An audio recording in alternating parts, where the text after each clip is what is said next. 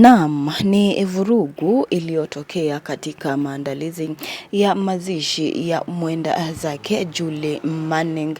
Kumbuka ni waziri ama aliwahi kuwa waziri wa sheria na pia alikuwa mwanamke wa kwanza kusomea sheria, na Rais Mama Daktari Samia Suluhu alikuwa ameenda kumwomboleza, lakini wanafamilia wa Julie Manning hawakumruhusu Mama Daktari Samia Suluhu kumsherekea kwa kudai kuwa alikuwa amemsahau wakati alikuwa anahitaji malipo ya matibabu hospitalini. Na hivi ndivyo Rais Mama Daktari Samia Suluhu alivyoandika kwenye mtandao wake wa X: nimepokea kwa masikitiko taarifa ya kifo cha aliyewahi kuwa waziri wa sheria Julie Manning.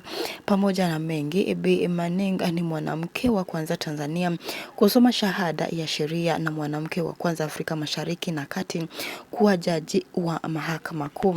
Hakika tutamkumbuka kwa heshima kubwa aliyoipatia nchi yetu. Utumishi wake yenye mchango mkubwa katika kukuza sekta ya sheria na utawala bora, pamoja na unasihi wake hasa katika wainua wanawake. Ninatoa pole kwa familia, ndugu, jamaa, marafiki na Watanzania wote kwa msiba huu. Mwenyezi Mungu ailaze roho yake mahali pema peponi. Amina.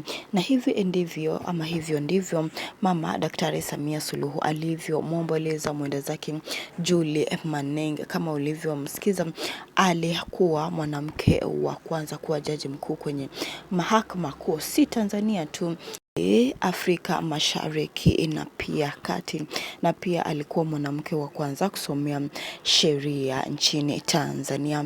Lakini wakazi wa jiji la alikozaliwa mwanasheria huyu Julie Manning hawakumruhusu Rais Mama Daktari Samia Suluhu kuhudhuria maandalizi ya mazishi ya mwanasheria huyu mkongwe ambaye aliheshimika si nchini tu bali Afrika Mashariki. Tungependa tu kusikia kutoka kwako, tuandikie maoni yako kuhusiana na hili taarifa. Kumbuka Rais Samia anakashifiwa kwa kuwa alimsahau mwanasheria huyu alipokuwa anahitaji matibabu ama malipo ya matibabu hospitalini, na kwa sasa ndipo ameweza kumkumbuka. Tuandike tu maoni yako hapo chini, tungependa kusikia kutoka kwako, na pia usisahau kubonyeza alama ya like.